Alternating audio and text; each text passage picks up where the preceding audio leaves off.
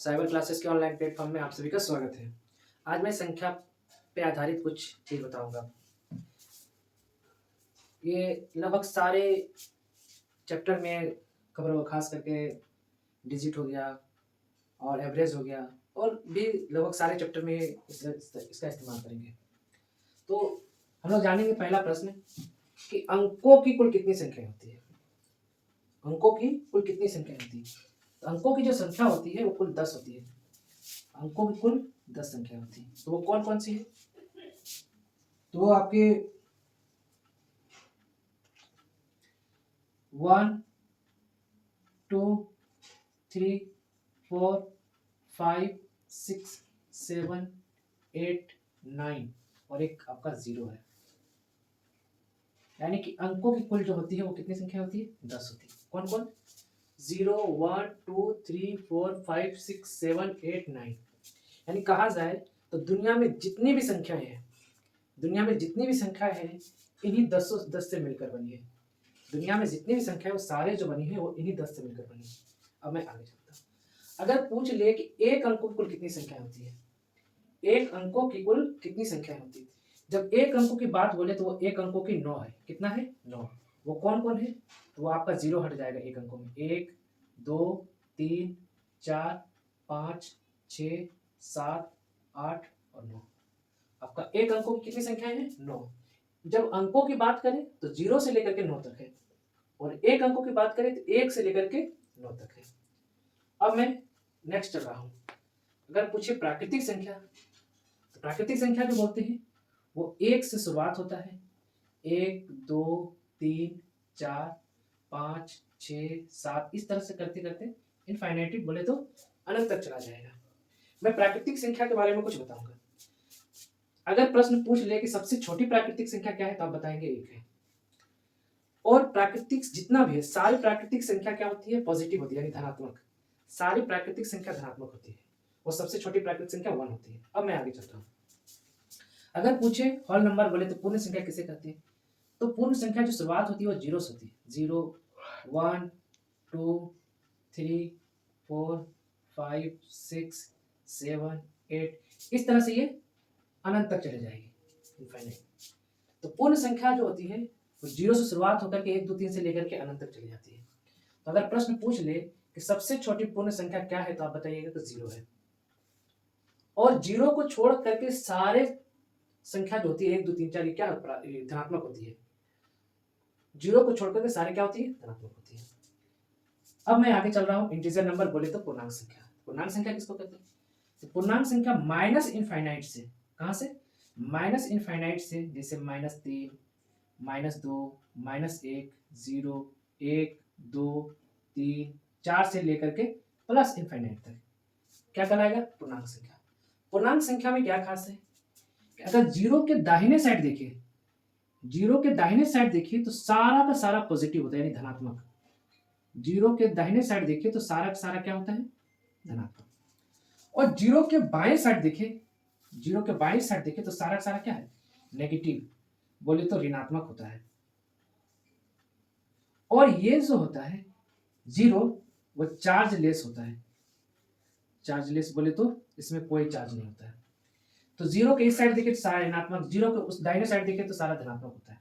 एक चीज और देखिए कि अगर इन सब को ढक दे तो ये प्राकृतिक संख्या है, और इसको भी ढक दे, 0 को दे दे तो ये पूर्ण संख्या है। यानी कि पूर्णांक संख्या में प्राकृतिक संख्या भी है, पूर्ण संख्या भी है। अब मैं आगे जा रहा हूं। अब मैं नेक्स्ट, ये क्या है? 0 चार्जलेस है, ऊपर लिख देता हूं चार्जलेस। ठीक। अब है इवन नंबर, सम संख्या। सम संख्या किसको बोलते हैं? तो सम संख्या हम उसको बोलेंगे जो 2 से पूरा पूरा कट जाए। जो संख्या 2 से पूरा पूरा कट जाए सम संख्या कहलाती है। जैसे 2 4 6 8 10 12 14 16 इस तरह से अनंत तक चला जाए, इनफाइनाइट तक। इसके बाद है आपका ऑड नंबर, विषम संख्या। विषम संख्या उसको बोलेंगे जो 2 से पूरा पूरा ना कटे। जो संख्या 2 से पूरा पूरा ना कटे वो क्या कहलाती है? विषम संख्या।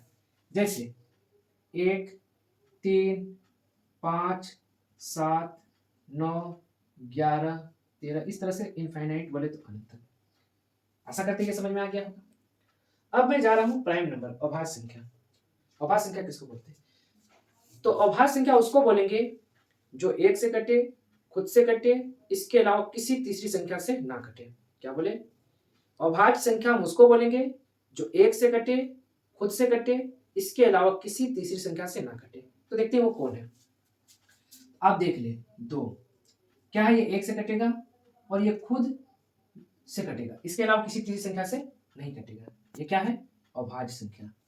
एग्जाम्पल आप देखिए, तीसरा 3 भी देख लीजिए, एक से कट रहा है, खुद से कट रहा है, इसके अलावा किसी तीसरी संख्या से नहीं कट रहा है। इसका मतलब ये क्या है? अभाज्य संख्या। जैसे 5 एक से कट रहा है, खुद 5 से भी कट रहा है, इसके अलावा किसी तीसरी संख्या से नहीं कट रहा है। इसका मतलब 5 भी क्या है? अभाज्य संख्या। एग्जाम्पल में 7 ले लेते हैं, ये एक से कट रहा है, खुद 7 से भी कट रहा है, इसके अलावा किसी तीसरी संख्या से नहीं कट रहा है, यानी ये भी क्या है? अभाज्य संख्या। 9 आपका कट रहा है, 11 लीजिए, 11 एक से कट रहा है, खुद 11 से कट रहा है, इसके अलावा किसी तीसरी संख्या से नहीं कट रहा है। आपका एग्जाम्पल में 13 ले लेते हैं, 13 एक से कट रहा है, खुद 13 से भी कट रहा है, इसके अलावा किसी तीसरी संख्या से नहीं कट रहा है। फिर मैं आगे 17 ले लेता हूँ, एक से कट रहा है, खुद 17 से कट रहा है, इसके अलावा किसी तीसरी संख्या से नहीं कट रहा है। ये क्या कहलाएगा? अभाज्य संख्या। तो इस तरह से अभाज्य संख्या कौन कौन हो जाएगा? 17 के बाद 19 हो जाएगा, 23 हो जाएगा, 23 के बाद 29 हो जाएगा, 31 हो जाएगा, 37 हो जाएगा, 41 41 हो जाएगा, इस तरह से अनंत तक चला जाएगा। आशा करते हैं कि अभाज्य संख्या समझ में आ गया। मैं फिर एक बार अभाज्य संख्या के बारे में बता देता हूँ, ज्यादा कंफ्यूज करते हैं लोग। जो संख्या एक से कटे, खुद से कटे, इसके अलावा किसी तीसरी संख्या से ना कटे, अभाज्य संख्या कहलाएगी। अब मैं आगे लास्ट में जा रहा हूँ भाज्य संख्या पर, कंपोजिट नंबर। तो भाज्य संख्या उसको बोलेंगे जो एक से कटे, खुद से कटे, इसके अलावा किसी तीसरी संख्या से कटे। क्या करें? फिर से मैं बोल देता हूँ, भाज्य संख्या उसको बोलते हैं जो एक से कटे, खुद से कटे, इसके अलावा किसी तीसरी संख्या से कटे। जैसे यानी कम से कम 3 से कटना चाहिए। जैसे आप देखें तो 4 को, ये एक से कट रहा है, खुद 4 से भी कट रहा है, इसके अलावा किसी तीसरी संख्या 2 से भी कट रहा है, यानी 4 क्या है? भाज्य संख्या है। उसी तरह से 6 को देखें तो एक से कट रहा है, खुद 6 से भी कट रहा है, और इसके अलावा किसी तीसरी संख्या 2 से, इसके अलावा 3 से भी कट रहा था, हमको कम से कम 3 संख्या लिखना है, तो 6 भी हो गया। 8 को आप देख लें तो 8 एक से भी कट रहा है, 8 खुद से भी कट रहा है, इसके अलावा 2 से कट रहा है ना, 2 के बाद 4 से भी कट रहा है, हमको तो ज्यादा नहीं देखना, कम से कम 3 संख्या लिखना है, ये 8 हो गया। 9 को भी देख लें, बहुत सारे लोग 9 को अभाज्य संख्या मान लेते हैं, नहीं ये गलत है, वो विषम संख्या है, अभाज्य नहीं है, भाज्य है। तो 9 एक से भी कट रहा है, खुद से भी कट रहा है, इसके अलावा किसी तीसरी संख्या 3 से भी कट रहा है, यानी 9 भी क्या है? भाज्य संख्या है। अब मैं और दिखा, 10 एक से कट रहा है, खुद 10 से भी कट रहा है, इसके अलावा 10 2 से भी कटेगा, ये 5 से भी कट जाएगा, लेकिन हमको ज्यादा नहीं देखना, क्या देखना है? कम से कम 3 संख्या देखना है। उसके बाद आपका 12 को देखते हैं, एक से कट रहा है, खुद 12 से भी कट रहा है, इसके अलावा किसी तीसरी संख्या क्या है? 2 से कटेगा, 3 से, 4 से, 5 से, कम को उतना नहीं देखना, कम से कम 3 संख्या देखना है। तो 12 भी क्या है? भाज्य संख्या। 14 भी भाज्य संख्या, 15 भी भाज्य संख्या है, 16 भी भाज्य संख्या, 18, 20, 21 हो गया, 22, 24, 25, इस तरह से अनंत तक, ये क्या भाज्य संख्या है। तो आशा करते हैं कि भाज्य संख्या भी समझ में आ गया होगा। मैं इन सारी चीजों में एक चीज और, यहाँ पर देखिए कि एक को ना ही हम अभाज्य संख्या में लिखें और ना ही हम भाज्य संख्या में लिखें, इसको ध्यान रखें।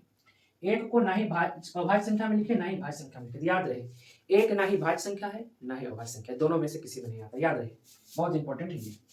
तो मैं फिर से रिपीट करता हूँ, बहुत सारे लोग जो है ना विषम में और अभाज्य में फंस जाते हैं। तो याद रहे, विषम संख्या का परिभाषा क्या है कि जो संख्या 2 से पूरा पूरा ना कटे वो क्या कहलाता है? अभाज्य, विषम संख्या कहलाता है। और अभाज्य संख्या किसको बोलते हैं? जो एक से कटे, खुद से कटे, इसके अलावा किसी तीसरी संख्या से ना कटे, वो क्या कहलाता है? अभाज्य संख्या। मैं फिर से रिपीट कर देता हूँ, अंकों की कुल कितनी संख्याएं होती है? तो 10 है। कौन? 0, 1, 2, 3, 4, 5, 6, 7, 8, 9। उसके बाद क्या है? एक अंकों, जब एक अंकों की बात करें तो 0 शामिल हो जाएगा, 0 से 9 तक, और एक अंकों की बात करें तो 1 से लेकर के 9 तक। प्राकृतिक संख्या 1 से शुरुआत होकर के अनंत तक चला जाता है। प्राकृतिक संख्या सारा सारा धनात्मक होता है। सबसे छोटी प्राकृतिक संख्या 1 है, पूर्ण संख्या। पूर्ण संख्या 0 से स्टार्ट होकर के अनंत तक चला जाता है। 0 को छोड़ करके सारा धनात्मक संख्या होता है। 0 सबसे छोटी पूर्ण संख्या है। अब है पूर्णांक संख्या। पूर्णांक संख्या क्या है? ऋणात्मक से शुरुआत होकर धनात्मक में खत्म हो जाता है। 0 के दाहिने साइड सारा सारा क्या होता है? धनात्मक होता है। 0 के बाएं साइड सारा सारा क्या होता है? ऋणात्मक होता है। 0 चार्जलेस है, इसमें कोई चार्ज नहीं होता, ना धनात्मक होता है ना ऋणात्मक, कोई चार्ज नहीं होता। सम संख्या उसको बोलेंगे जो 2 से पूरा पूरा कट जाए। देख लिए 2 4 6 8 10 क्या है, ये सम संख्या है जो 2 से पूरा कट रहा है। विषम संख्या उसको बोलेंगे जो 2 से पूरा पूरा ना कटे। जैसे कौन 1 3 5 7 9 ये क्या है 2 से पूरा पूरा नहीं कटेगा। अभाज्य संख्या उसको बोलेंगे जो 1 से कटेगा, खुद से कटेगा, इसके अलावा किसी तीसरी संख्या से नहीं कटेगा। तो देख ले 2 3 5 7 11 13 ये क्या है 1 से और खुद से, इसके अलावा किसी तीसरी संख्या से नहीं कटेगा। भाज्य संख्या उसको बोलेंगे जो 1 से कटे, खुद से कटे, इसके अलावा किसी तीसरी यानी कम से कम 3 संख्या से कटे। 1 से कटे, खुद से कटे, इसके अलावा किसी तीसरी संख्या से कटना चाहिए, वो भाज्य संख्या जो ये है। आशा करते हैं कि आपको अच्छे तरीके से समझ में आया होगा। अगर ना समझ में आए तो मैं फिर बोल रहा हूँ, इसे एक बार ना 2 बार देखें, 2 बार नहीं तो 3 बार रिलैक्स होकर फ्री माइंड से। अगर आप हड़बड़ी में हैं, जल्दी में हैं तो फिर आप इसको ना देखें। अगर आप फ्री टाइम में हैं तो इसको आराम से देखें। Thank you.